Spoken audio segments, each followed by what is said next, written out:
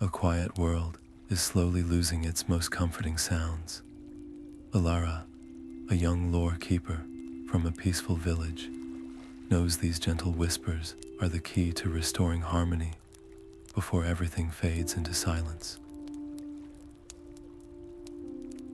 Her mission is to venture into the mysterious Whispering Woods and create the very first comprehensive Asmer lore Bible, a living guide to the world's most soothing frequencies.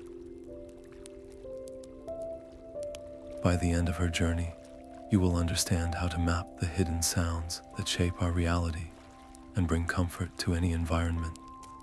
She believes the forest's forgotten murmurs can heal the land, but there is a terrible risk. If she listens too deeply to the ancient magic, she might lose her own connection to the waking world forever. What secret does the forest hum hold that is both a cure and a curse? I would love to know if you feel like sharing where you are listening from and what the local time is for you right now. What is one sound you have heard that instantly made you feel at peace? The enchanted parchment hummed in Elara's hands as she stepped beneath the ancient canopy. Her first target was the Lumbana leaf, a heart-shaped foliage said to hold the memory of sunlight in its gentle rustle. She held her breath, her entire focus narrowing to the soft, rhythmic whisper of a single leaf brushing against its neighbor. As she pressed the parchment close, the sound did not just vanish into the page. It materialized as a delicate, shimmering line of silver light, a visual echo of the comfort it carried. A wave of warmth washed through her, a tangible proof that the world's fading whispers could indeed be saved. But that warmth came with a consequence. A flicker of light caught her eye, a tiny creature hovering just beyond the nearest trunk. It was a sprite, its form woven from dappled sunlight and the very air it vibrated with. It tilted its head, drawn by the new, resonant frequency she had just captured. Elara's heart tightened. Her mission demanded solitude and focus. A distraction, however gentle, could lead her astray. Could she trust this ephemeral being, or was its curiosity a prelude to leading her into the forest's deeper deceptions? The sprite drifted closer, not with demand, but with a quiet, hopeful resonance. In that moment, Elara made a choice that felt as significant as her quest itself. She uncorked her small vial and offered a single, glistening drop of morning dew, a universal offering of peace in her village. It was a decision for connection, a belief that the lore she sought was not meant to be hoarded, but shared. The sprite accepted the gift, and the air itself seemed to sigh.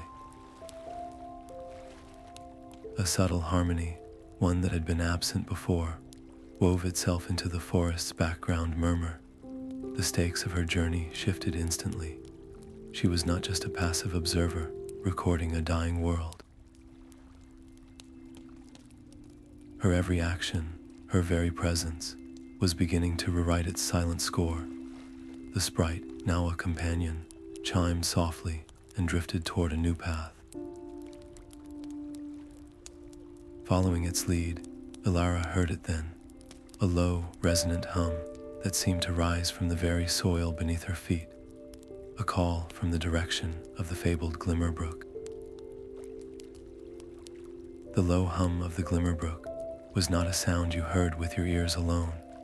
It vibrated up through the soles of Elara's boots, a deep, resonant frequency that promised both answers and oblivion. She waded into the water, its surface shimmering with trapped light, and began the delicate work of placing her resonant stones. Each smooth, river-worn pebble, when set just right, absorbed a specific harmonic from the bubbling current. One stone captured the high, crystalline chime of water, over a smooth rock. Another soaked in the low, gurgling murmur from a deeper pool. As she placed the final stone, the invisible map in her mind snapped into clarity. The stones pulsed with soft light, their combined frequencies weaving a coherent pattern that pointed like an arrow downstream toward a place the map named the Veiled Grove. But the triumph was costly. A profound weariness settled into her bones, and the brook's hum transformed from a map to a lullaby.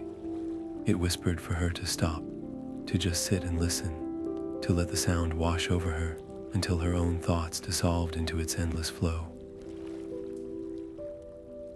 Her focus frayed, the world narrowing to that seductive, soul-deep resonance. Fighting the current of her own mind, Elara fumbled for her charcoal pencil. On the inside of her wrist, she inscribed a single word, a personal mantra from her village, anchor. The simple, physical act of writing, the faint sting of the charcoal, tethered her back to her purpose. She was the lore keeper, not just a listener. She had to act. The successful frequency map was a victory, but the destination it revealed sent a new kind of chill through her. The Veiled Grove was not just a location. It was a nexus, a place where countless sonic threads were woven together. To map it would be to chart the very heart of the forest's song, a tapestry of immense complexity and power. Her Sprite companion, sensing the shift, chimed with excitement and darted toward the newly revealed path.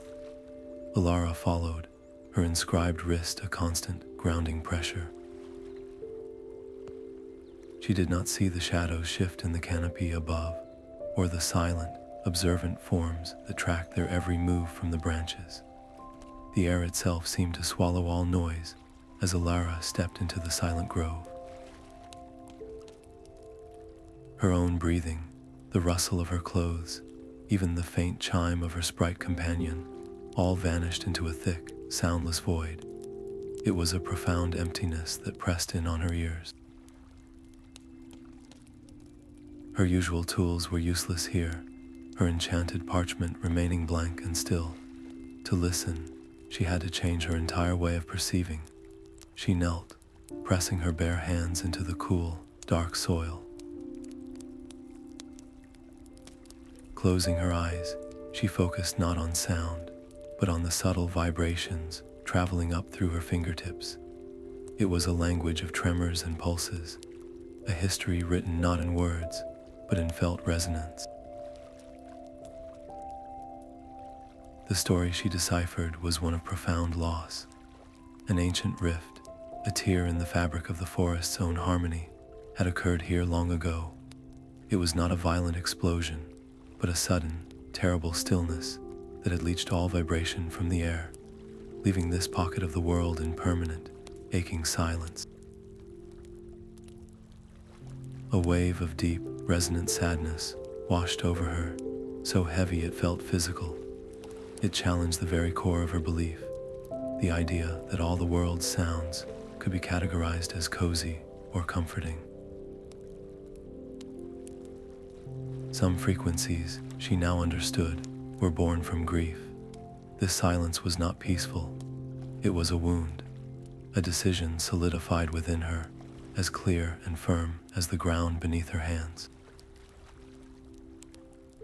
Her mission was no longer just to document a fading world. It was to heal it.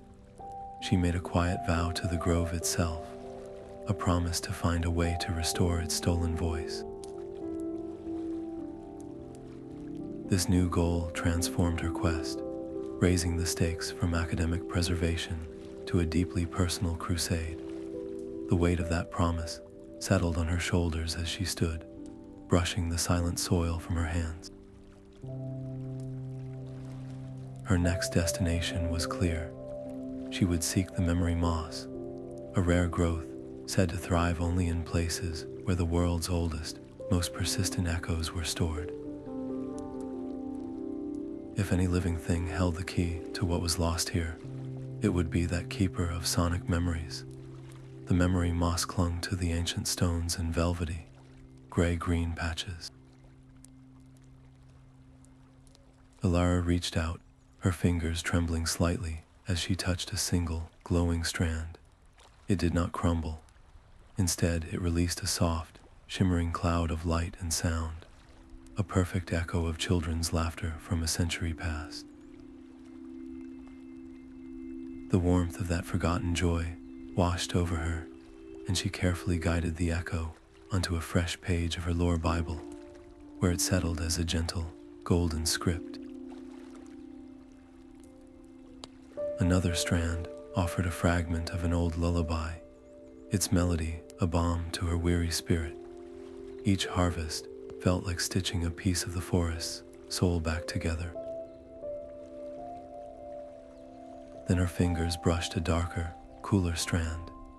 The echo it released was not of laughter or song, but of a sharp, discordant argument between two long-vanished forest guardians, their voices strained with fear and disagreement.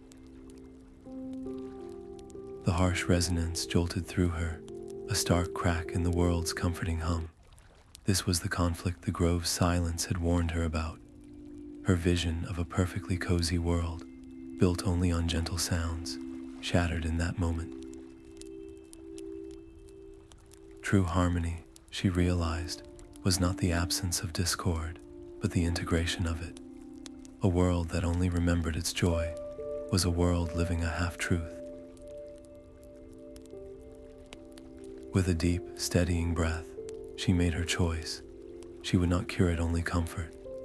She guided the difficult echo onto the parchment, where it settled not as a golden script, but as a stark, silver glyph, a permanent record of a fracture that had once been. This act of radical honesty made her lore Bible infinitely more powerful and authentic, but it also seeded her project with a potential for unease. The Sprite, who had been chiming softly beside her, suddenly fell silent. It recoiled from the page where the conflict echo now resided, its own gentle light flickering with agitation. It chimed a sharp, warning note and darted away from the moss-covered stones, leading her urgently toward a new sound, the distant, crystalline chiming of the bell blossom fields, a place that promised pure, untroubled resonance. The bell blossom field was a symphony of pure, physical sensation. Each pearlescent flower chimed with its own distinct note as the gentlest breeze passed through its petals, creating a tapestry of sound that washed over Elara in waves of tangible calm. She worked with a new sense of purpose, her enchanted parchment hovering as she cataloged the resonant frequencies. A high, clear chime from a cluster of white blossoms made the nearby ferns seem to stand a little straighter. A deeper, mellower tone from a violet flower caused a patch of clover to ripple in slow, peaceful undulations. She was not just listing sounds, she was mapping their direct, visible effects on the world, creating her first true tone map, a visual guide to the forest's inherent tranquility. The map's power was proven almost instantly. A small, fox-like creature, its fur matted and eyes wide with panic, burst from the undergrowth. It was caught in a terror Elara could not see, its breaths coming in ragged, silent gasps in the still air. Acting on instinct, she angled her parchment, aligning the shimmering symbol for the violet blossom's deep, mellow tone directly toward the creature. The resonant frequency, made visual and intentional, washed over the distressed animal. Its frantic panting slowed. The tight coil of its body relaxed, and with a soft, trusting blink, it curled up at the edge of the field and fell into a peaceful sleep. This hard-won harmony shattered in an instant. A gust of wind, sharp and discordant, ripped through the field. It carried none of the forest's usual gentle whispers, only a cold, scraping dissonance that made the bell blossoms clatter in alarm, their perfect chimes twisting into a jarring cacophony. Elara saw the delicate petals of the nearest blossoms begin to wilt at the edges, their luminous color fading under the sonic assault. Her tools were useless against such a widespread, violent disturbance. There was only one thing to do. She threw herself over the most fragile cluster of blossoms, using her own body as a shield. The discordant wind tore at her cloak, its harsh frequency a physical pain in her bones, but beneath her, the protected flowers managed to hold a fragment of their true song. As the unnatural gale died down, a profound change settled over the field. The Sprite, which had been trembling fearfully, now nestled against her shoulder, its chime soft and full of a new, deep reverence.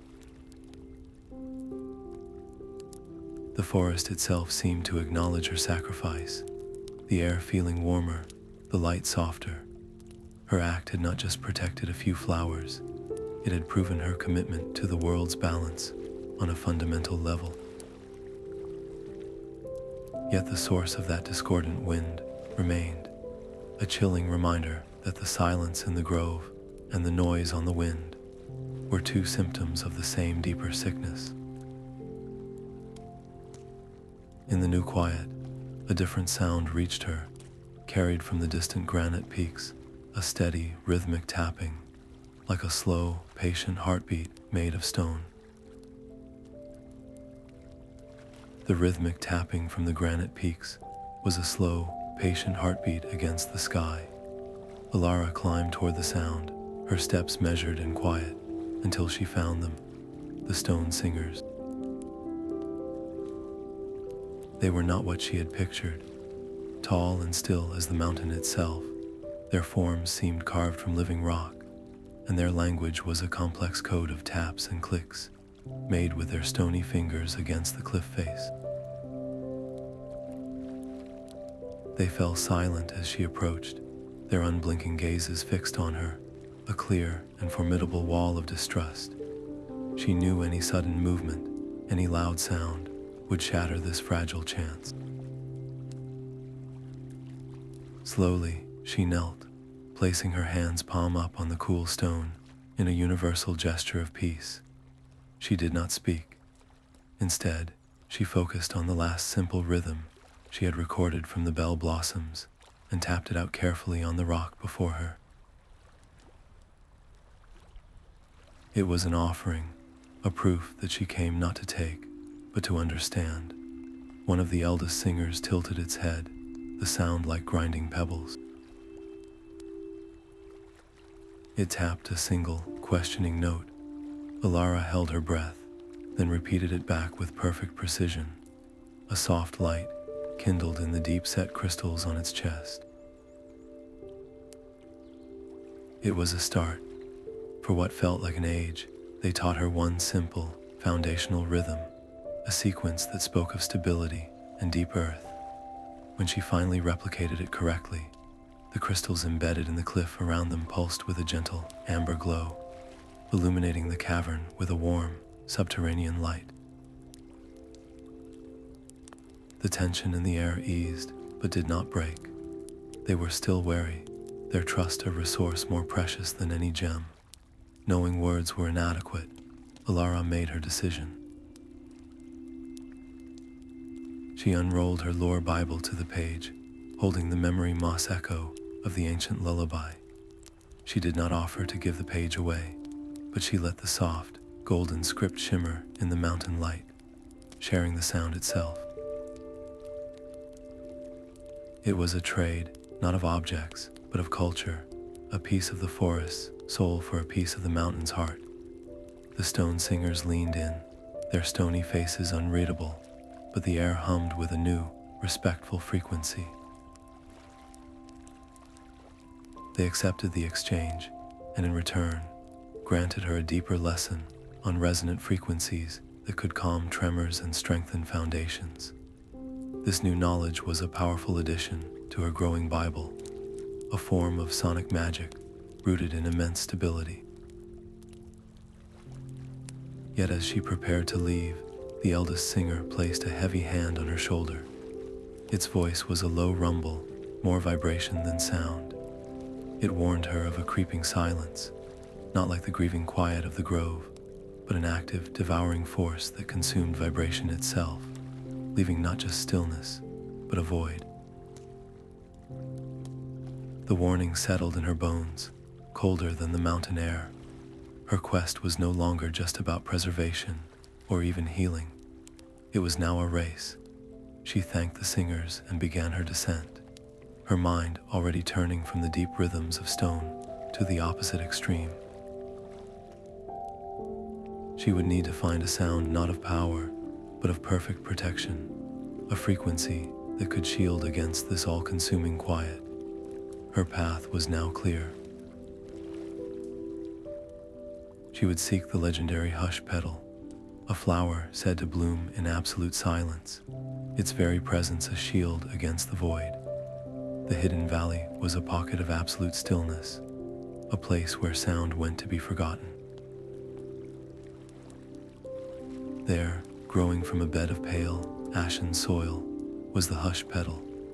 Its flower was a perfect, opaque sphere of white, and it seemed to drink the very vibrations from the air around it. Elara's own breathing felt muffled, her heartbeat a distant, cautious thrum. Guarding the flower was a creature of pure silence, a fox-like being whose fur shifted in color like settling mist. It watched her with eyes the color of a winter twilight, its entire form a living embodiment of the quiet she sought to understand. Any sudden noise, any clumsy movement, would send it fleeing into the valley's deeper recesses, taking the hush petal's secret with it. This was a test that could not be passed with tools or recorded frequencies. It demanded a different kind of skill, one of pure presence. Elara slowly lowered herself to the ground, crossing her legs and letting her hands rest open on her knees. She did not try to speak or gesture. She simply sat, matching the creature's profound stillness. She let her own thoughts settle, focusing only on the shared space between them, a bubble of mutual existence. Minutes stretched into an hour, the silence deepening from an emptiness into a tangible presence.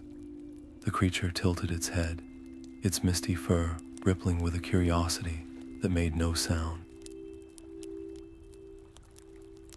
It took a tentative step closer, then another, until it was sitting just an arm's length away. They shared the quiet for what felt like an age, a silent conversation built on patience and respect. In that shared stillness, Elara understood something fundamental. This creature was not hoarding the hush petal. It was protecting it, and itself, from a world that often mistook loudness for strength and silence for weakness. Its vulnerability was a reflection of the silent grove's own wounded nature. Finally, with a movement as soft as a shadow lengthening, the creature leaned forward and gently nuzzled the base of the hush petal stem. A single, perfect blossom detached without a sound and drifted into Elara's open palm. The moment it touched her skin, a gentle null field enveloped her, a personal pocket of profound quiet that felt less like an absence and more like a shield. She bowed her head in deep gratitude, a gesture the silent fox returned before melting back into the landscape. Cradling the hush petal, Elara felt a new pull in her spirit, a clear and urgent call back to the place where her mission had transformed. She now possessed a tool not of noise, but of controlled, protective silence. The grieving quiet of the silent grove was no longer an impossible problem. It was a plea waiting for an answer. The path back to the silent grove felt different with the hush petal resting against her chest, its null field a constant, sobering hum in her senses. The oppressive quiet welcomed her like an old, unhealed wound. Kneeling once more in the dark soil, she did not try to fill the void with sound.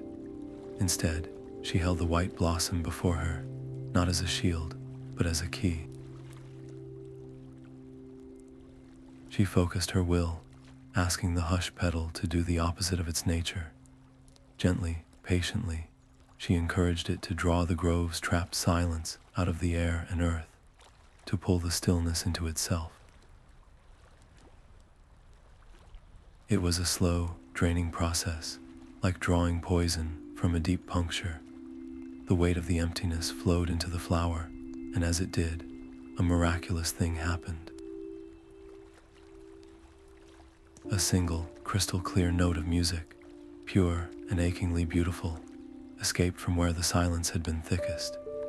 It hung in the air for a glorious moment, and as it faded, color bled back into the world. The gray moss flushed emerald, the dark tree bark warmed to a rich brown, and tiny, bioluminescent fungi sparked to life like sudden constellations on the forest floor. The grove was breathing again, but the victory was immediately complicated. The hush petal in her hand no longer felt like a tool. It felt like a cage. The contained silence within it was not inert. It squirmed with a subtle, restless energy, a conscious yearning that vibrated against her palm. This was not an absence. It was an entity, a being of pure quiet that had been trapped for who knows how long. The easy solutions vanished. She could release it back into the grove, re-inflicting the old wound. She could try to destroy the blossom and hope the silence dissipated harmlessly, but something in its restless pulse felt familiar, a reflection of the silent guardian, Fox's own vulnerable nature. To destroy it would be an act of violence against a fundamental, if misunderstood, part of the world's balance. With a resolve that tightened her chest, Elara secured the now heavy hush petal in a special pouch on her belt. She would carry this captured void with her. It was a decision that changed everything. The weight was not just physical, it was a psychic anchor, a drain on her spirit that made every step more deliberate. The world's sounds seemed muted around her, filtered through the pocket of silence she carried.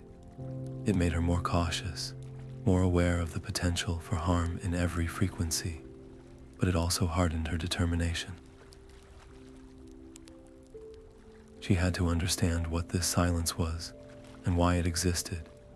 This new burden accompanied her as she turned her path toward the distant roar of the ocean, drawn by tales of the shell spires and their endless, hypnotic lullabies. The ocean's roar resolved into 1,000 layered whispers as Elara reached the cove of the shell spires. Towering, spiral structures of pearlescent stone hummed with the sea's breath, each one a vessel for a different watery lullaby. She selected a large, fluted shell, cool and heavy in her hands, and pressed it to her ear. The sound that flowed out was not a simple roar. It was a complex melody of tidal pulls and distant whale song, a rhythm so deeply soothing it felt like a blanket being drawn over her mind. Her eyelids grew heavy, her pencil hovering uselessly over the parchment. The desire to simply sit and listen, to let the sound erase all her burdens, was overwhelming. A sharp, insistent chime at her ear broke the spell. Her sprite companion was buzzing with alarm, its light flashing. She had nearly fallen asleep on her feet, her mission forgotten in the embrace of the perfect sound. She could not afford to be so vulnerable, not with the contained silence, a heavy weight on her belt.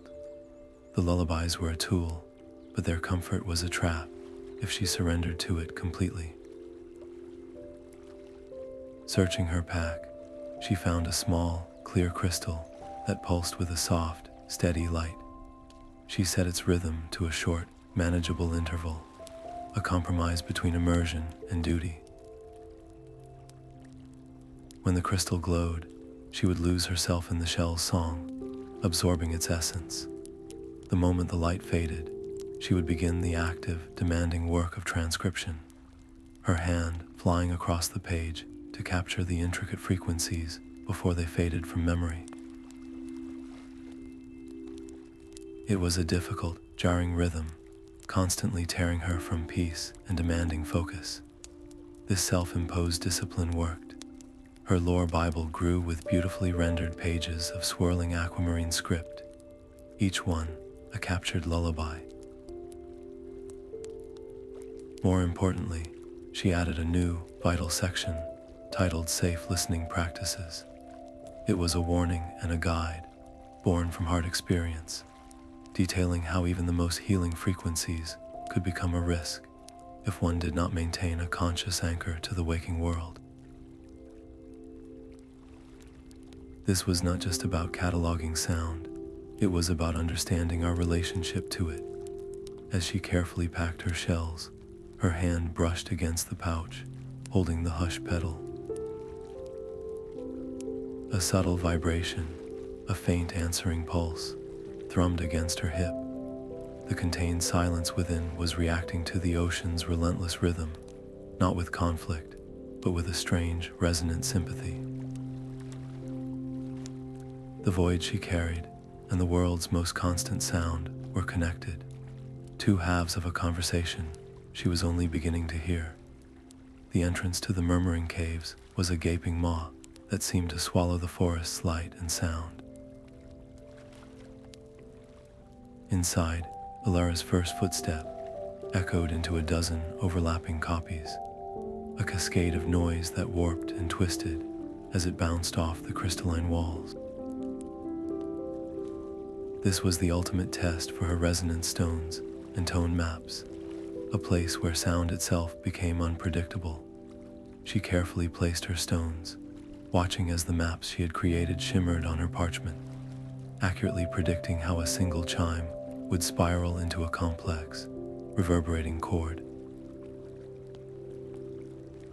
The tools worked, but the silence she carried did not. The heavy pouch at her belt seemed to drink the echoes, creating pockets of unnerving void where the cave's natural resonance simply ceased to exist. In these dead zones, the distorted sounds that remained began to coil together, forming not random noise, but whispers. The voices were her own doubts given sound. "You are only making a list of what is lost," they hissed from the walls. "Your cozy Bible is a monument to a world that is already fading. You cannot heal what is broken." The words struck a deep, resonant chord of fear within her, amplifying her own hidden uncertainties until they felt like absolute truth. Her hands trembled, the enchanted parchment growing dull in her grasp. She could not outreason the cave's psychological assault, so she stopped trying. Closing her eyes against the disorienting whispers, she drew a breath and did the most personal thing she could. She sang a simple, grounding melody from her childhood village, a tune for calming frightened children and settling animals at dusk. It was not a powerful frequency from her lore Bible. It was a memory, a cozy sound that belonged to her alone. Her voice, small and human, did not amplify or distort. It cut through the cave's psychic noise with the clarity of a single, pure bell. The whispering echoes faltered and fell silent, unable to corrupt a sound rooted in such personal truth. The act of self-comfort had worked, a powerful reminder that the most effective shield was often a familiar, heartfelt resonance. Yet as the last note faded, the cave's final whisper reached her, no longer mocking, but almost pitying. "The silence does not destroy, it murmured. It simply waits. It is the space between all things, and it is waking up. The words were a chilling key, turning the lock on a deeper understanding. The void she carried was not an enemy to be defeated, but a fundamental force becoming conscious. Stepping back into the forest light, Elara's resolve was hardened, her path clear. The cave's fragmented whispers had given her a direction. She would follow them to their source, to the one place the whispers claimed the silence first fell to earth, the Starfall Meadows. The Starfall Meadows hummed with a different kind of silence, one filled with the soft, continuous rain of cosmic dust. Elara lay on her back in the cool grass, a sheet of light-sensitive parchment held above her. Each mote of falling stardust, invisible to the ordinary eye, traced a shimmering, musical line across the page as it descended, a barely audible chime given form. The resulting starlight scores were breathtakingly intricate, like frozen spiderwebs of melody, but their complexity was a formidable challenge. A single night's work yielded only a few square inches of transcription, her hand cramping from the painstaking effort to capture every nuanced curve and intersection of light. Exhaustion became a constant companion, her eyes gritty and her movements sluggish in the pre-dawn chill. Her Sprite, which usually chimed with cheerful curiosity, now hovered by her head, its light pulsing with a soft, worried rhythm. It gently nudged her pencil hand when she worked for too long without rest, a silent plea for her to stop.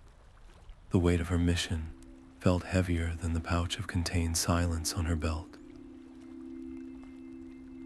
She looked at the Sprite's concerned, luminous face and realized a hard truth. She could not do this alone. With a quiet word of thanks, she accepted its offer of help, teaching it to carefully gather the falling stardust in a tiny, woven basket of moonlight. This simple act of delegation transformed their relationship.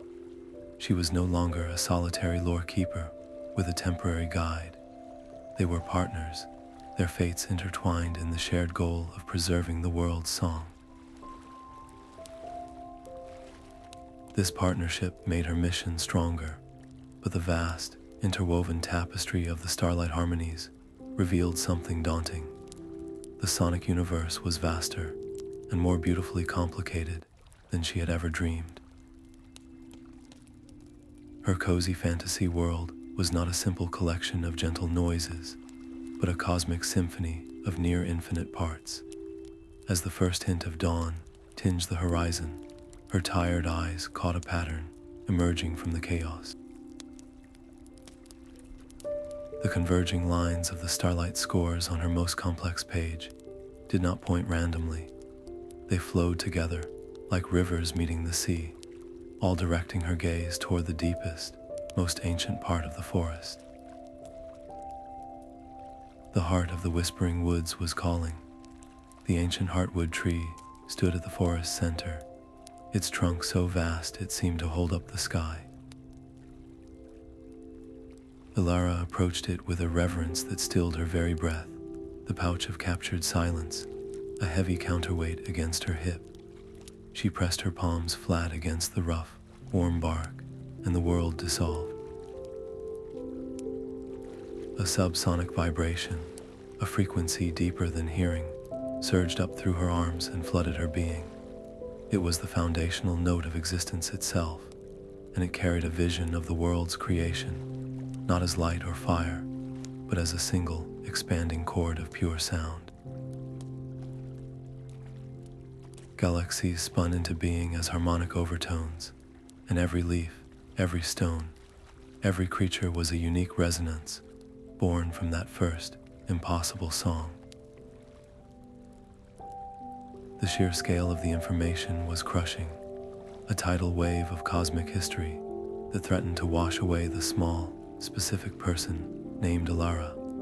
Her memories blurred, her sense of self fraying at the edges like old parchment. Who was she, a mere lore keeper, in the face of this?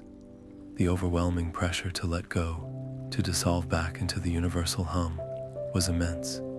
She clutched for an anchor in the roaring symphony of everything, and found it in a single, simple memory. It was the sound of her village's morning bells, a clear, familiar chime that called people to breakfast and to work.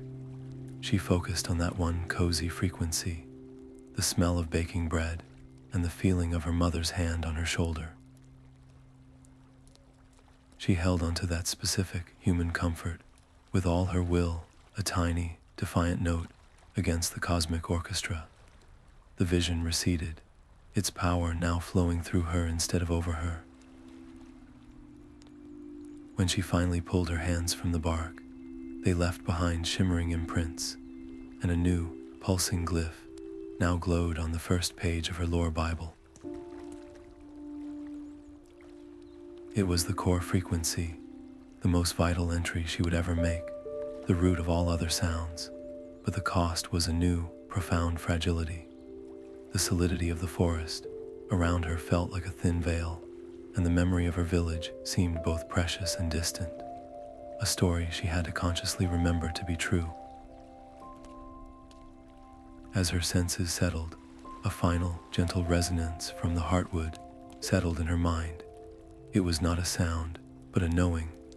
The silence she carried was not a void or a monster.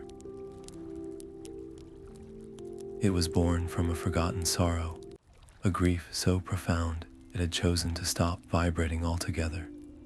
To truly understand the force she was bound to, she would need to listen not to a roar, but to a lament. Her path was now clear, leading toward the soft, weeping sound of the willows at the forest's edge. The weeping willows did not whisper, they mourned.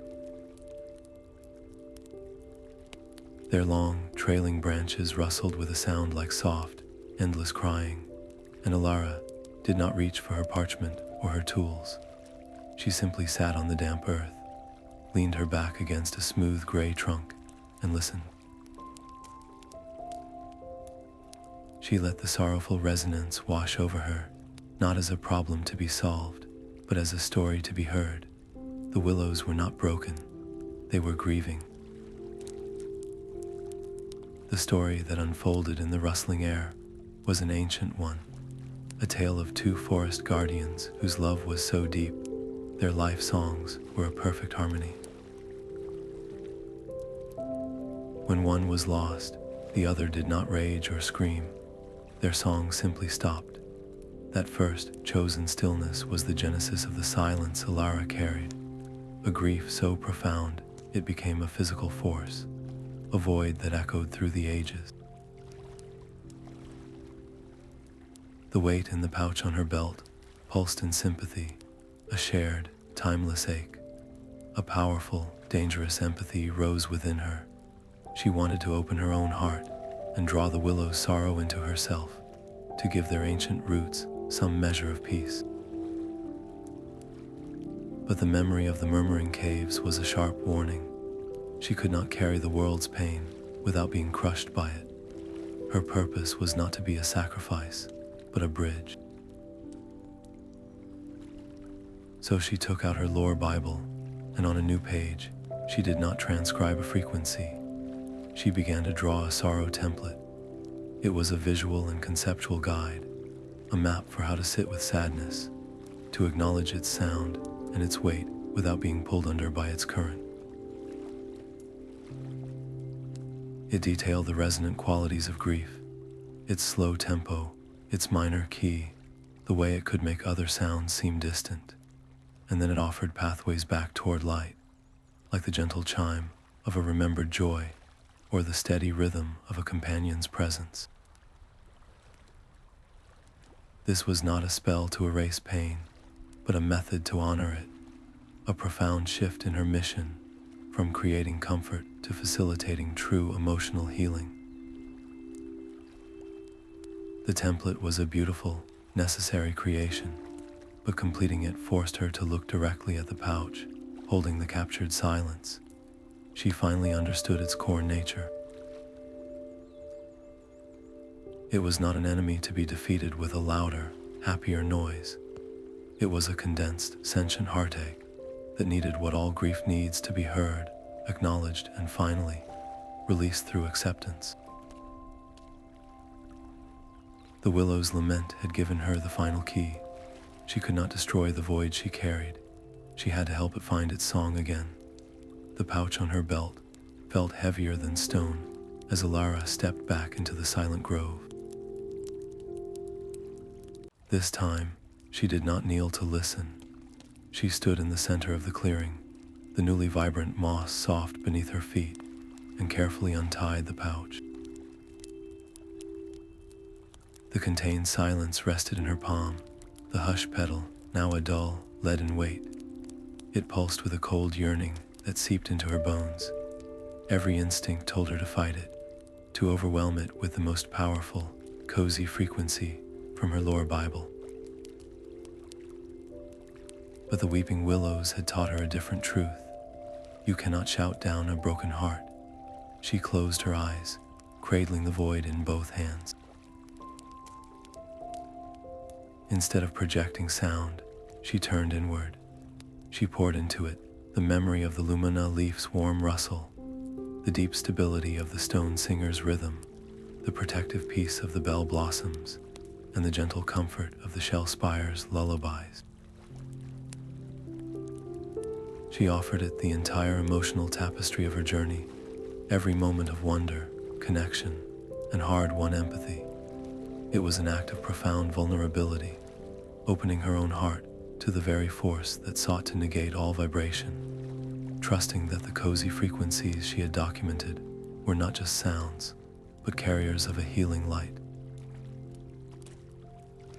For a terrifying moment, nothing happened. The silence drank her offerings, a bottomless well of grief. Her strength wavered, the emotional cost of this unconditional gift threatening to empty her. Then, a soft warmth bloomed in her hands. The leaden weight of the hush petal dissolved, not into a sound, but into a visible, golden light. It spilled through her fingers, not a brilliant flash, but a gentle, spreading dawn that flowed across the grove's floor and up the trunks of the trees. Where the light touched, the final vestiges of the grove's old wound vanished. The air, once thick with absence, now hummed with a soft, layered chorus of life, the rustle of insects, the sigh of the breeze through leaves, the distant chime of her sprite companion.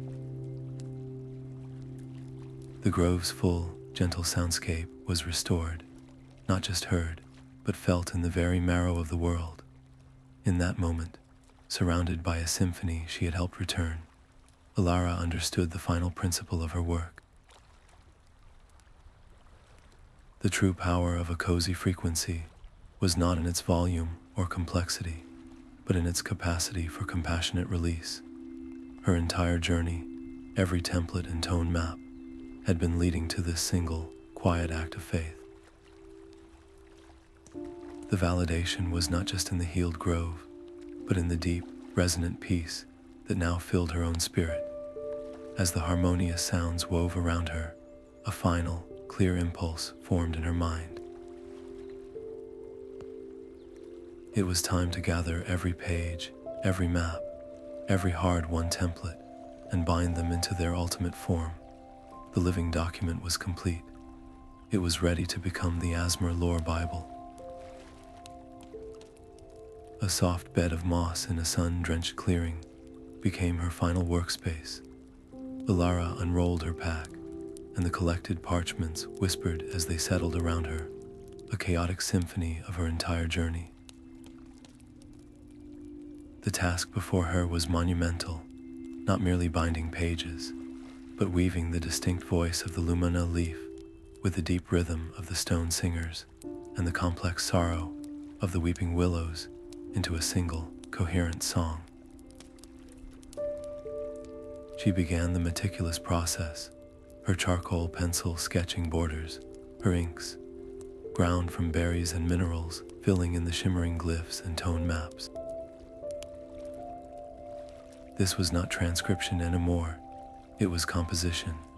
As the pages found their order, a remarkable thing happened.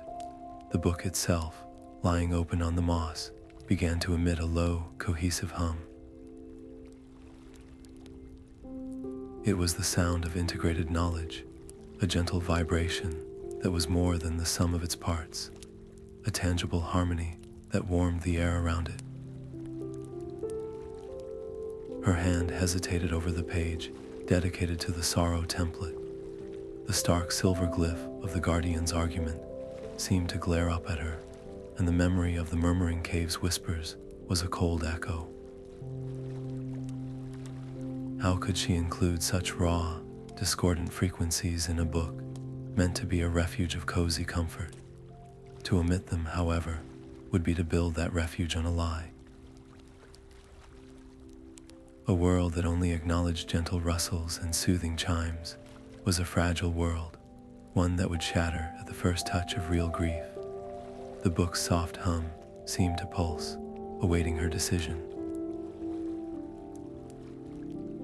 She knew then that true comfort was not the absence of shadows, but the presence of a trustworthy guide. Through them, she made her choice. The challenging elements would not be hidden away in an appendix or presented as warnings. They would be woven directly into the narrative structure of the Bible itself. A chapter on the deep, stabilizing rhythms of stone would be followed by a section on sitting with sadness, showing how one frequency can ground you when facing another. The tale of the bell blossom fields, with its pure resonance, would lead directly into the story of the silent grove, creating a narrative arc that acknowledged darkness, but always provided a pathway back toward the light. This structure became the book's core philosophy. It taught that cozy fantasy is not an escape from difficulty, but a way to navigate it with empathy and grace. The stakes of this decision felt higher than any confrontation with a forest creature.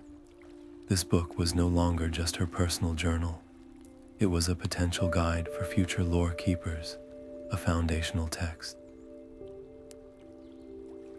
Its clarity and accuracy, its honest portrayal of both light and shadow, would determine whether it became a tool for genuine healing or a simplistic lullaby that broke under pressure. With a final, steady breath, she illuminated the last page, the golden ink of the core frequency from the Heartwood, pulsing in time with the book's gentle hum. The Asmer lore Bible was complete. It lay before her, a living document that seemed to breathe with the forest's own restored rhythm. A profound quiet settled over her, the deep fatigue of a long journey's end. She gently closed the cover, her hands resting on the soft, worn leather. The question arose not as a worry, but as a quiet curiosity. Who should be the first to receive this knowledge?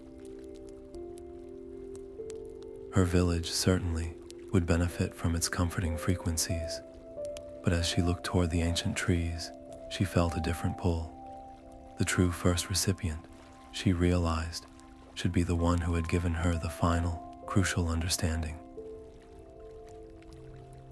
The story began with a loss of sound, and it felt only right that it should end with an offering to the source of that sorrow. The worn leather cover of the lore Bible felt warm against Elara's palms as she stood once more before the stone singers. The mountain air was thin and sharp, and the silent, stony gazes of the reclusive people felt heavier than before. She did not speak or offer a trade. Instead, with a quiet reverence, she opened the book directly to the pages that held the deep, rhythmic language of their tapping, the foundational sequences she had learned with such difficulty. Her own charcoal annotations, Her interpretations of their stability and strength shimmered beside the formalized glyphs. A knot of tension tightened in her chest. Had she truly heard their heart song, or had she only recorded its echo through her own limited understanding? She presented the open book, her hands steady despite her doubt, as a gift. It was an act of trust, an offering of thanks for the lessons that had helped mend a broken grove. For a long moment, the only sound was the wind sighing over the granite peaks. Then the eldest singer stepped forward. It placed a heavy, warm hand on the open page, its crystalline eyes studying the work. A low, soft click formed in its chest, a sound of deep recognition. Then it began to tap. Its rhythm was not one of instruction or warning, but of profound, resonant thanks. The other singers joined, their individual rhythms layering into a complex, joyful vibration that traveled deep into the stone beneath their feet.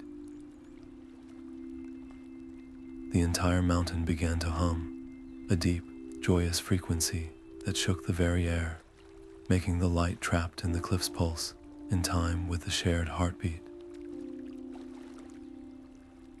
It was a celebration, an acceptance that cemented a bond stronger than any transaction. Elara felt the vibration in her teeth, a physical confirmation that her work belonged not just to her, but to the world it documented. This act ensured the knowledge would be preserved by its original keepers, expanding the lore Bible's influence far beyond her own solitary journey. Blessed by the mountain's resonant joy, Elara and her Sprite companion turned toward the path home.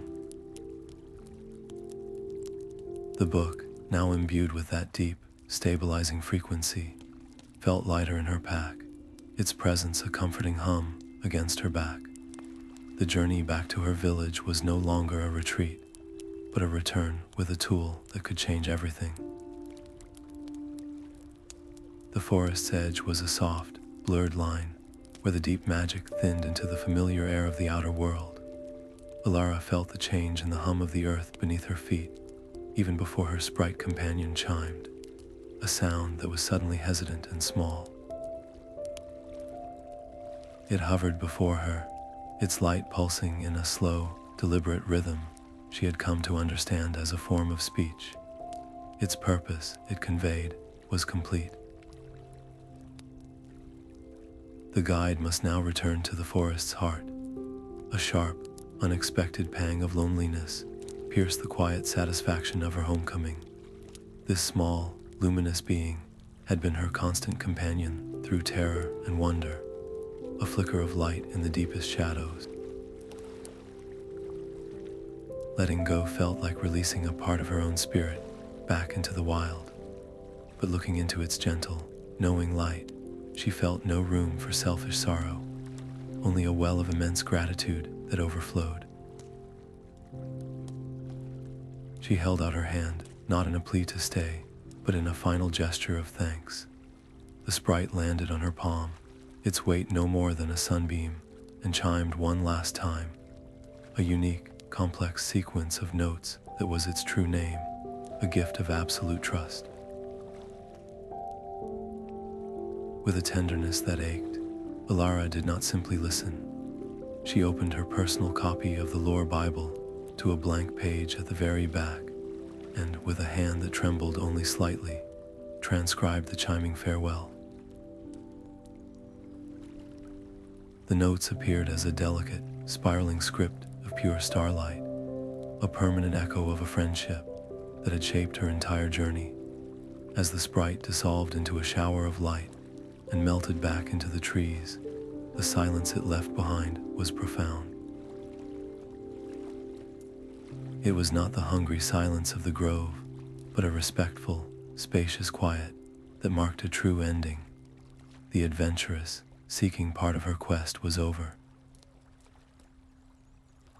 The weight of the Lore Bible in her pack was no longer a researcher's burden, but an archivist's responsibility, a teacher's tool. She turned her back on the whispering woods and took the first step onto the path home, walking alone.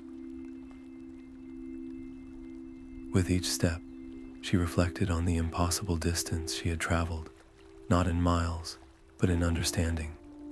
The village she was returning to was the same collection of cottages and garden walls, but she was not the same young lore keeper who had left. And she knew, with a quiet certainty, that her home could not remain the same either, not once she began to share the songs she now carried. The familiar cobblestone path felt different beneath Elara's boots. She had expected the same cheerful cacophony of her childhood, the clatter of carts, and the loud, overlapping chatter of market day. Instead, a gentle hum of intentional quiet greeted her. A potter, known for his boisterous singing, was instead listening intently to the rhythmic spin of his wheel. Two neighbors, who usually debated over garden walls with raised voices, were speaking in soft tones, their words punctuated by the comfortable silence between them. Her journey had sent out a quiet wave that reached home before she did, a subtle resonance of the peace she had fought so hard to restore in the forest.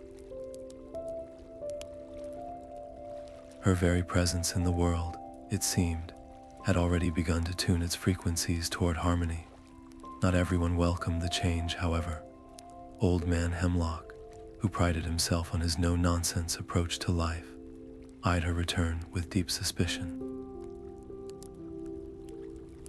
He called her enchanted parchment's foolishness, a distraction from the solid, real work of tending crops and mending fences. The village elder, a woman of tradition, gently cautioned Elara about introducing foreign magic into their well-established ways. The lore Bible in her pack felt suddenly heavy again, not with physical weight, but with the burden of proving its worth not to ancient spirits, but to the people she had known her entire life.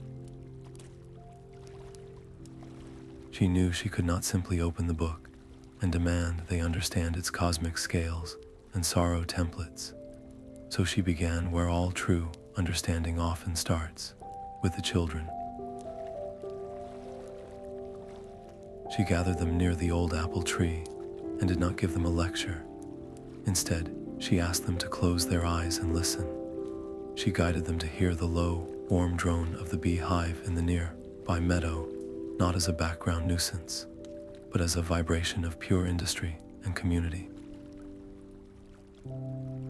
She showed them how the different pitches of the birdsong wove together, not in competition, but in conversation.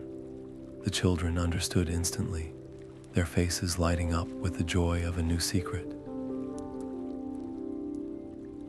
This small, gentle success was more nerve-wracking than facing the distorted whispers of the Murmuring caves. If she could not translate the grand magic of the Whispering Woods into the simple, practical language of her own home, then the entire lore Bible was just a beautiful, useless relic. Her mission's validity hinged on this quiet, domestic test. As she watched a young girl calm her crying baby brother by softly humming the beehive's frequency, Elara felt a profound shift within herself. The act of sharing, of seeing the knowledge take root and bloom in another, felt as vital as the act of discovery. Her purpose was no longer just to be a keeper of lore, but a sower of its seeds. The old workshop still smelled of sawdust and her father's oiled tools, but now its walls hummed with a new purpose. Elara cleared the heavy workbenches to make space for cushions and low tables, transforming the space into the very first Listeners' Guild. Her first students arrived not as a uniform class, but as a collection of unique frequencies. There was a baker's daughter, fascinated by the rhythmic thump of kneading dough, a quiet shepherd who understood the language of wind over hills, and even Old Man Hemlock's own grandson, who simply liked the click of smooth stones. Each brought a different ear to the practice of sonic documentation, challenging Elara's own methods immediately.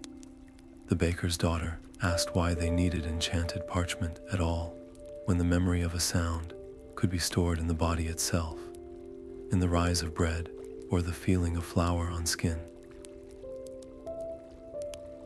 Elara had to pause, her own assumptions about lore keeping suddenly laid bare. She realized her role was not to clone her own journey, but to help them find the tools to document theirs.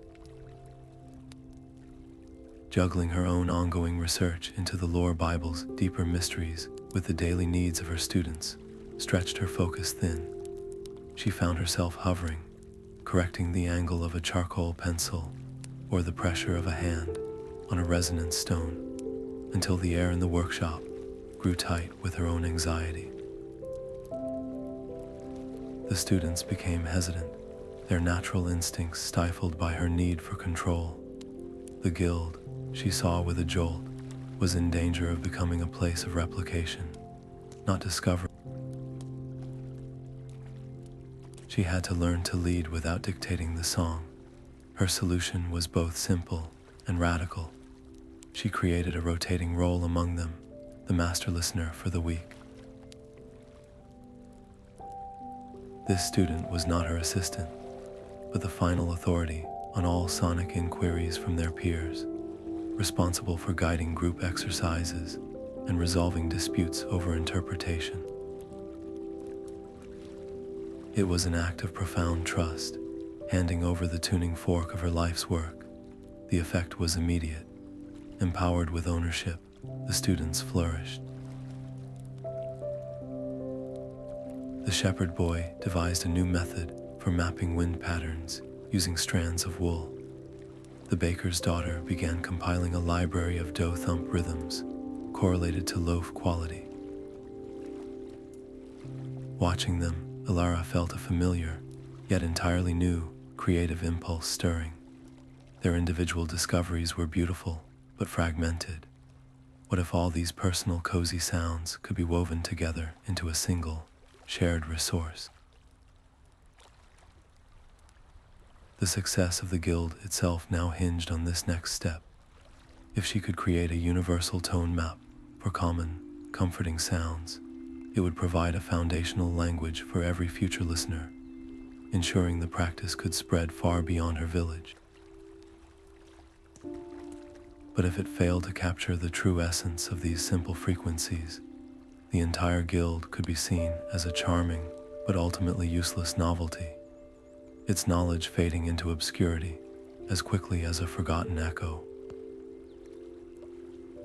The workshop floor became a sea of color and texture as Elara and her students laid out the first swatches for their universal tone map.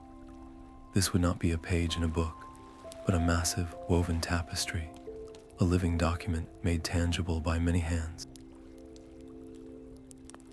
Each student brought their unique sonic focus, translating abstract frequencies into visual form. The baker's daughter dyed wool a warm, golden brown for the steady rhythm of kneading dough. The shepherd spun gray thread that seemed to whisper of highland winds. Even the gentle thrum of a purring cat found its place as a soft, vibrating line of charcoal yarn. The sheer diversity of their individual interpretations was beautiful, but the challenge was immediate. How could they possibly weave all these distinct voices into a single, harmonious whole without losing the truth of each one? The quiet shepherd believed his wind patterns should form the tapestry's background, a constant foundation. The baker's daughter argued passionately that the comforting, grounded rhythms of home and hearth deserved that central role. For days, the debate swirled, a storm of creative friction that threatened to unravel the entire project before the first thread was even loomed. Elara felt the old urge to step in, to dictate a solution based on her own hard-won knowledge from the Whispering Woods. But she bit her tongue, remembering the lesson of the master listener. Her role here was not to be the sole composer, but the conductor of an orchestra. She guided them not toward her answer, but toward a shared question. What if the background was not one single sound, but a subtle interplay of many, a sonic landscape that shifted with the time of day and the turn of the seasons? This reframing broke the deadlock. The group began to build consensus, thread by thread. They decided the tapestry would have a core, a central column of deep, stable colors representing the most universal comforts, the crackle of a hearth fire, the steady beat of a resting heart. Radiating out from this core would be the more personal, specific frequencies, each given its own space to shine without overwhelming the others. It was a lesson in compromise that transformed their relationships. They were no longer just students in a guild. They were a community, bound by a shared purpose that was larger than any one person's vision. When the final knot was tied, and the vast tapestry was hung on the workshop's main wall, it did more than just map sound. It hummed. A soft, complex resonance emanated from the woven threads, a physical manifestation of their collective effort that made the Lore Bible's principles instantly understandable to anyone who entered the room. The project's success cemented the guild's future, proving that this knowledge could not only be preserved, but also evolved by a community. Just as they were admiring their finished work, a travel-stained messenger arrived at the workshop door, his face etched with a deep unease.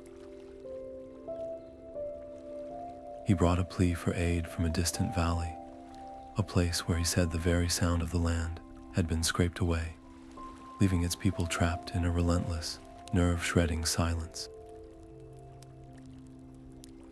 The plea from the sound-scarred valley was a desperate vibration in their newly peaceful world. Elara chose her 3 most advanced students for the journey, their packs filled not with weapons, but with resonance stones, tone maps, and the shared confidence of their guild tapestry. What they found at the valley's entrance was a sonic wound. The air itself was a grating, metallic shriek. The ground, a constant, low tremor of broken frequencies that set their teeth on edge. The villagers moved in a tense, hunched shuffle, their eyes wide with a fatigue deeper than sleep. A magical accident had not created silence here, but its opposite, a relentless, painful noise that scraped away all comfort.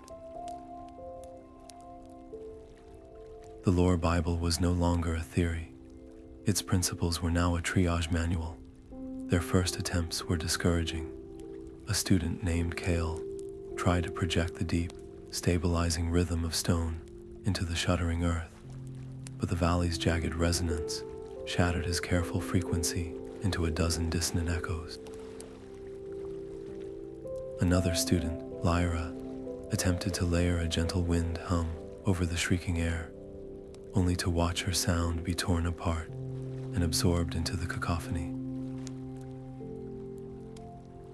Progress was measured in heartbeats of slightly less painful quiet, and doubt began to hum among them, a quieter, more dangerous sound.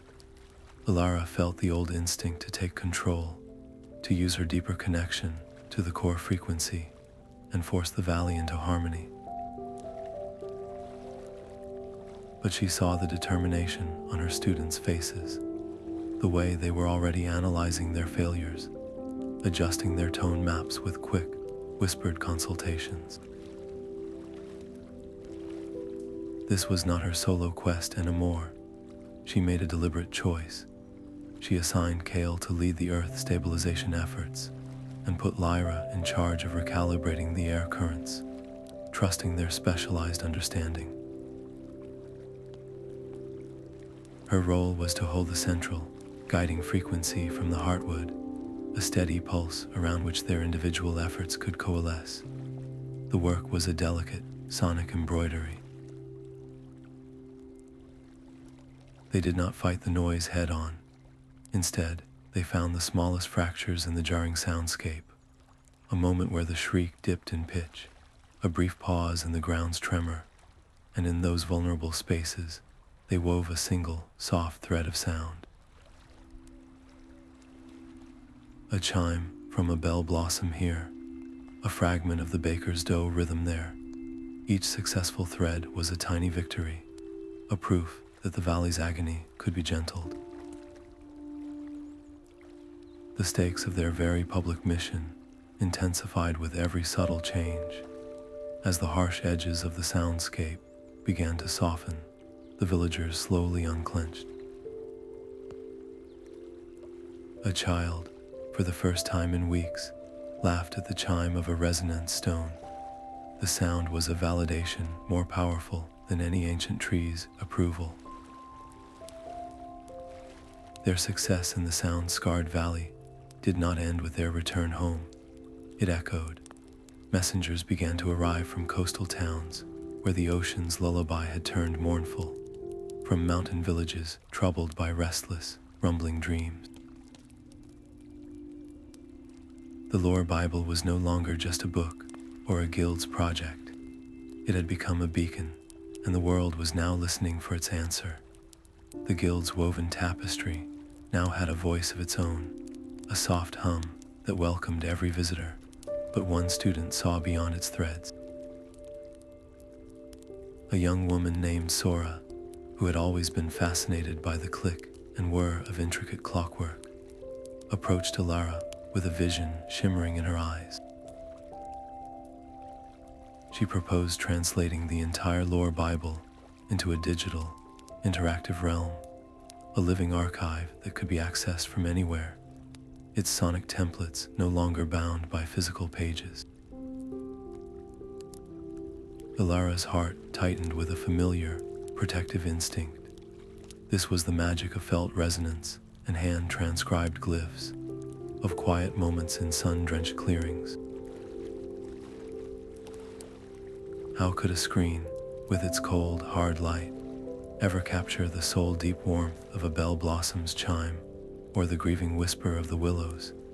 She feared the very essence of their practice would be flattened into mere data, its intimacy lost to the convenience of a button. Sora, however, did not argue. She built.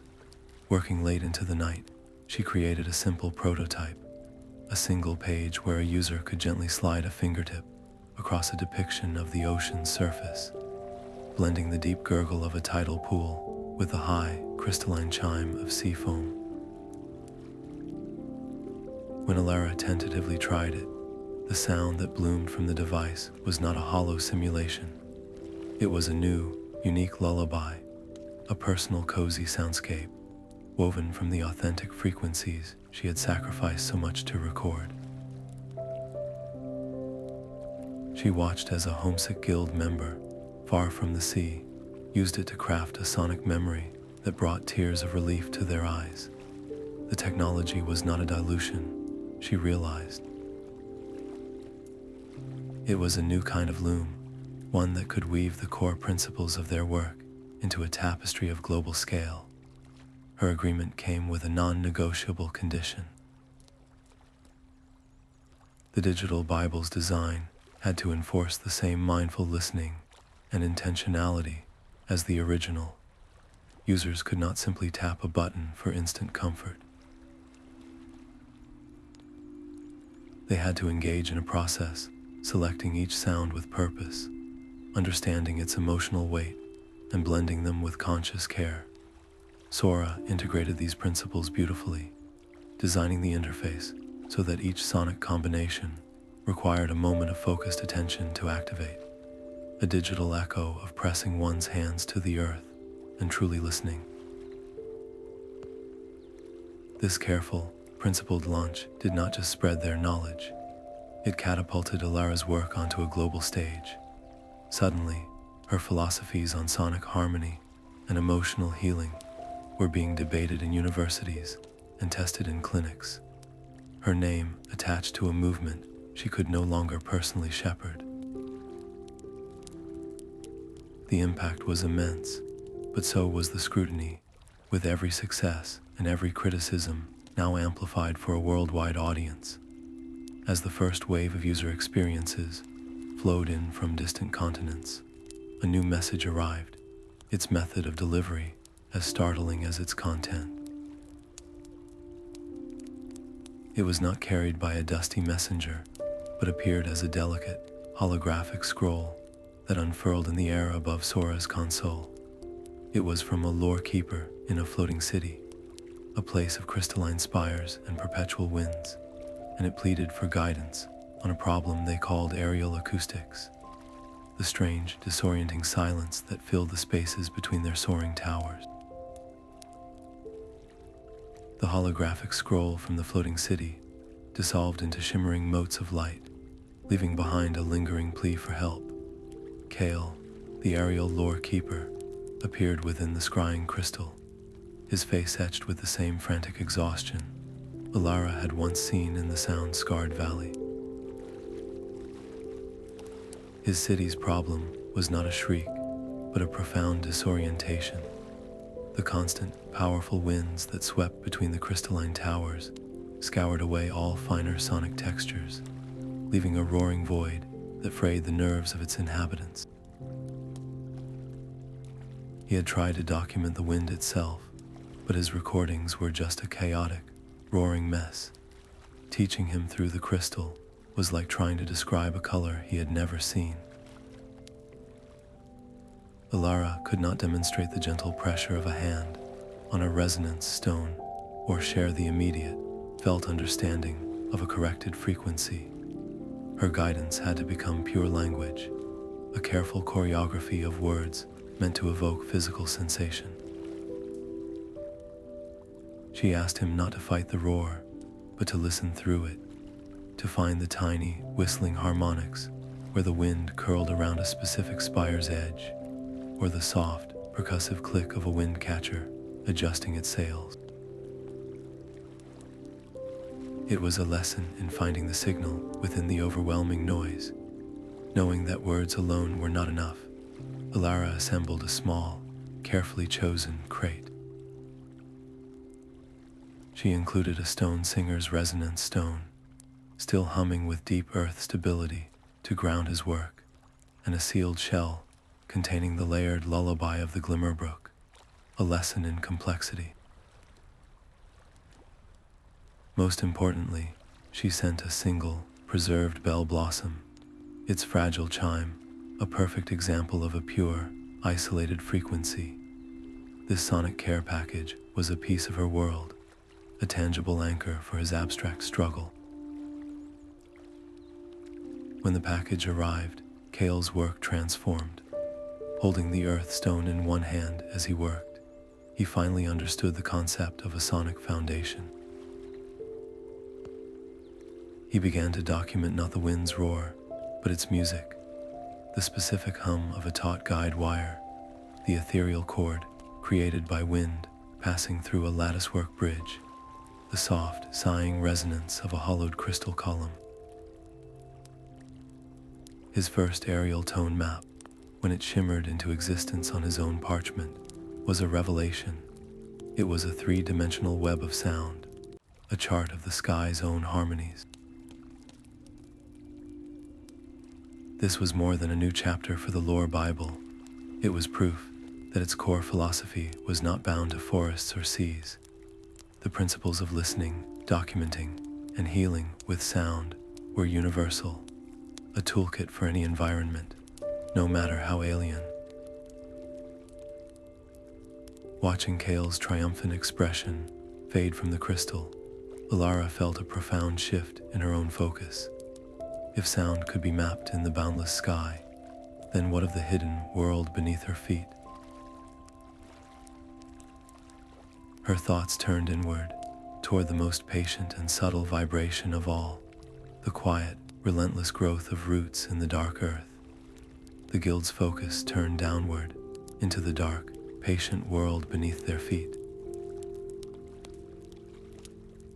Elara and her most advanced students gathered around the oldest tree in the village, pressing their ears and resonance stones not to its trunk, but directly to the soil. At first, there was only the muffled quiet of earth, but as they learned to still their own breathing and quiet their own heartbeats, a new dimension of sound revealed itself. It was a slow, deep thrum, a resonant network of clicks and pulses traveling through the root systems, a foundational conversation that had been humming along since the world began. This root song was not heard with the ears, but felt in the bones, a vibration so low and ancient, it felt like the planet's own steady heartbeat.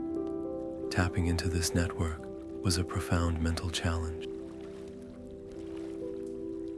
It demanded a level of physical and emotional stillness that left the listeners drained, their minds stretched thin by the effort of translating such a slow, vast frequency.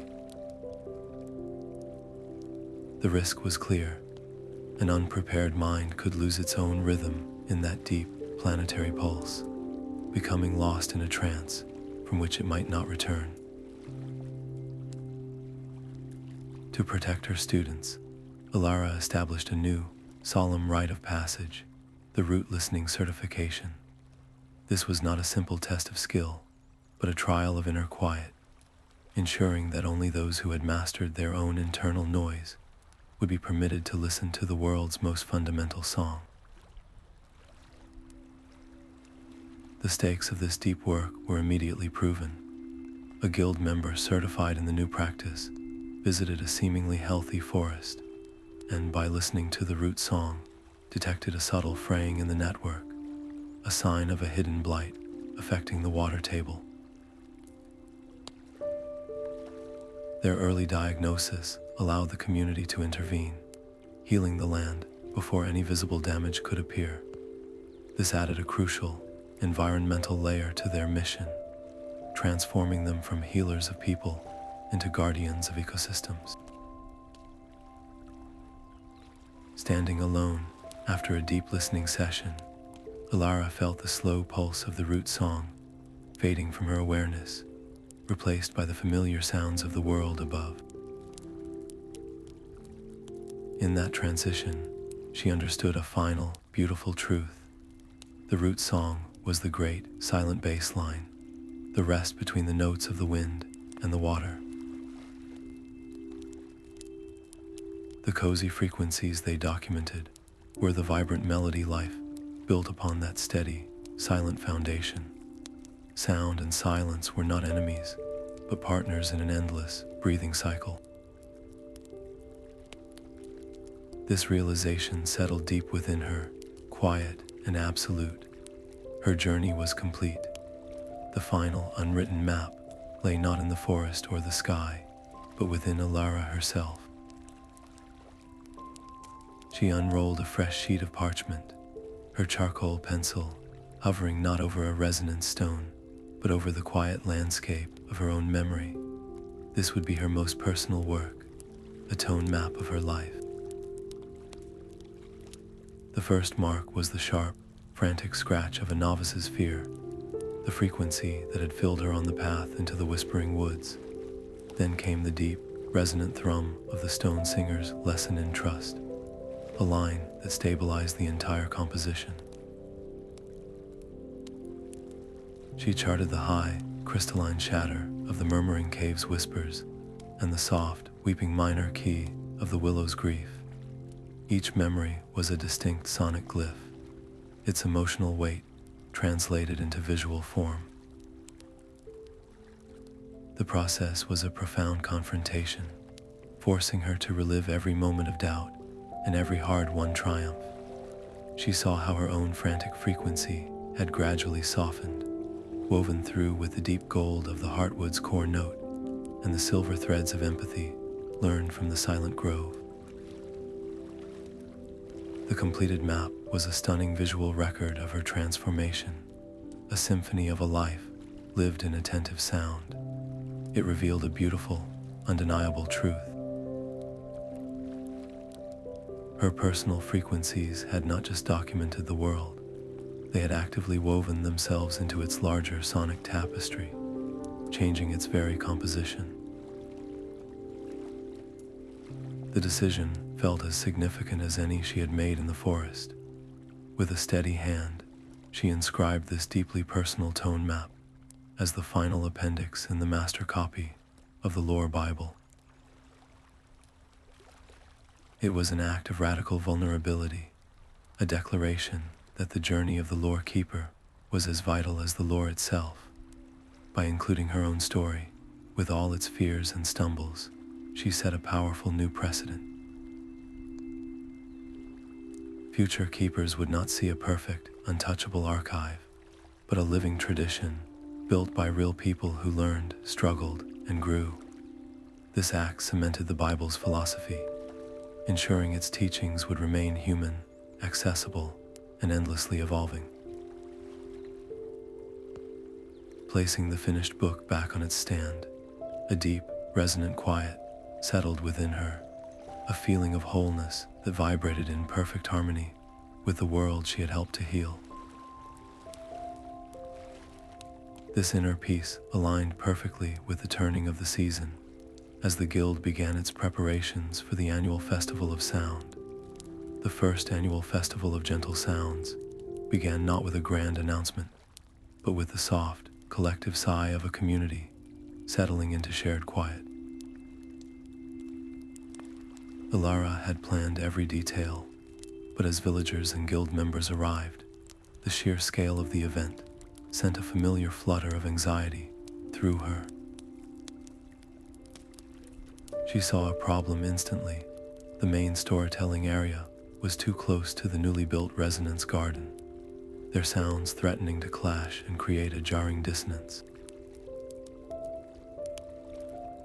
Her first instinct was to rush over, to direct and adjust and control, but then she saw Kale, already guiding the storytellers to a more harmonious spot under the old apple tree, while Lyra was calmly showing a group of children how to blend their gentle wind chimes with the crackle of the central fire. They did not need her direction. They understood the principles of sonic harmony as well as she did. With a deep, steadying breath, Elara made a conscious choice. She set aside her organizer's scroll and simply walked into the festival as a participant. The air itself seemed woven from comfort. In one corner, a baker demonstrated the warm, thumping rhythm of kneading dough, the sound paired with the rich smell of baking bread. In another, a woodworker shared the soft, rhythmic scrape of a hand-plane smoothing oak, a frequency that felt like patience itself. Old Man Hemlock, to everyone's surprise, had set up a small station where he taught the precise, satisfying click of two smooth river stones knocking together. There were no loud voices, no competing noises, only a tapestry of gentle sounds that layered together into a single, cohesive hum of peace. Elara moved through it all, not as the architect, but as a grateful guest.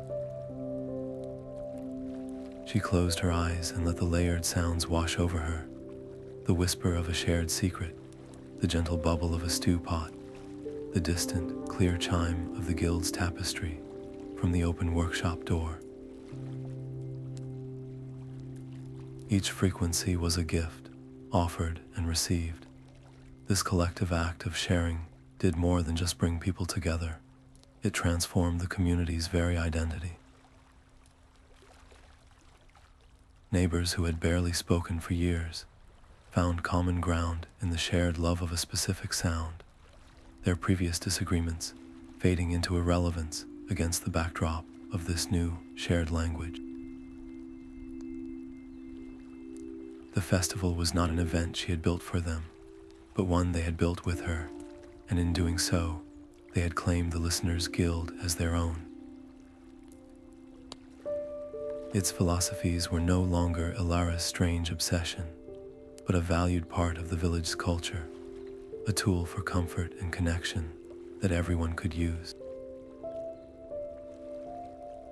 As the sun began to set and the gentle sounds softened into a lingering, resonant twilight, Elara found a quiet bench at the edge of the green.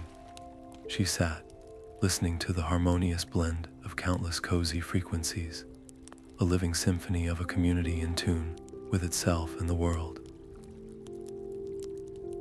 In that perfect, peaceful moment, everything felt exactly as it should be. The quiet was not an emptiness, but a fullness. The festival's gentle murmur softened, then stilled, as the crowd parted to make a path. A procession of lore keepers from distant places, a woman with wind-chapped cheeks from the floating city, a man whose hands were stained with mountain clay, a girl holding a seashell from a coastal town, walked forward together. They carried a single, large volume, bound in what looked like living wood and starlight. This was no longer just Elara's book.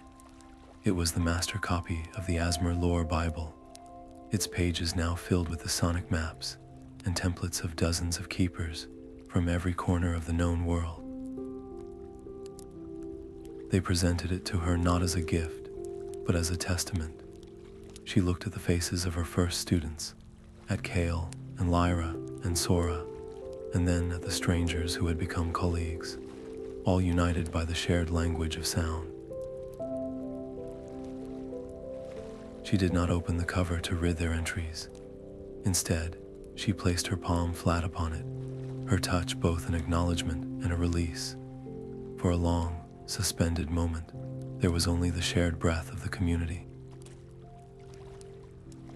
Then the book began to hum. It was not a loud sound, but a deep, resonant frequency that traveled up through the soles of every person's feet and settled in their chests, the core frequency of the Heartwood, the foundational note of existence itself. In that shared vibration, every individual felt the truth of the journey. They felt the stability of stone, the comfort of a hearth, the sorrow of the willows, and the joy of a restored grove, all woven into a single, cohesive harmony. Elara's personal quest, the teachings of the guild, and the world's own restored balance were no longer separate stories. They were one resonant chord, proof that the deepest comfort is not found in isolation, but in the collective act of listening, of caring, of adding your own unique note to the world's endless, healing song. Years turned, and Elara's hair silvered like a Lumbana leaf in moonlight, but her presence in the listeners' guild was no longer that of a director, but a deep, grounding resonance in a chorus of many voices. Her great personal quest, the one that had begun with a desperate hope in a fading world, was complete.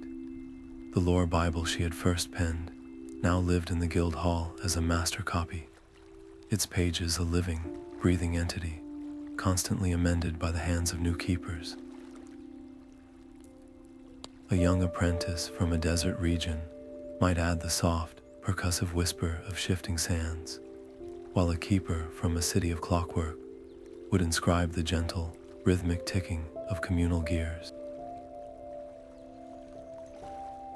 The world was infinitely richer for its documented sounds, a tapestry of comfort that grew more intricate with every season.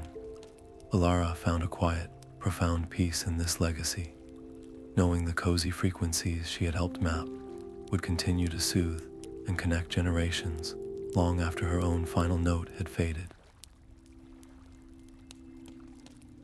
The balance between sound and the sacred silence that gave it meaning was no longer a fragile secret, but a conscious, cherished practice taught to every child. This was not an ending, but a permanent beginning, a world now tuned to listen for the endless, gentle discoveries still waiting in its every quiet corner.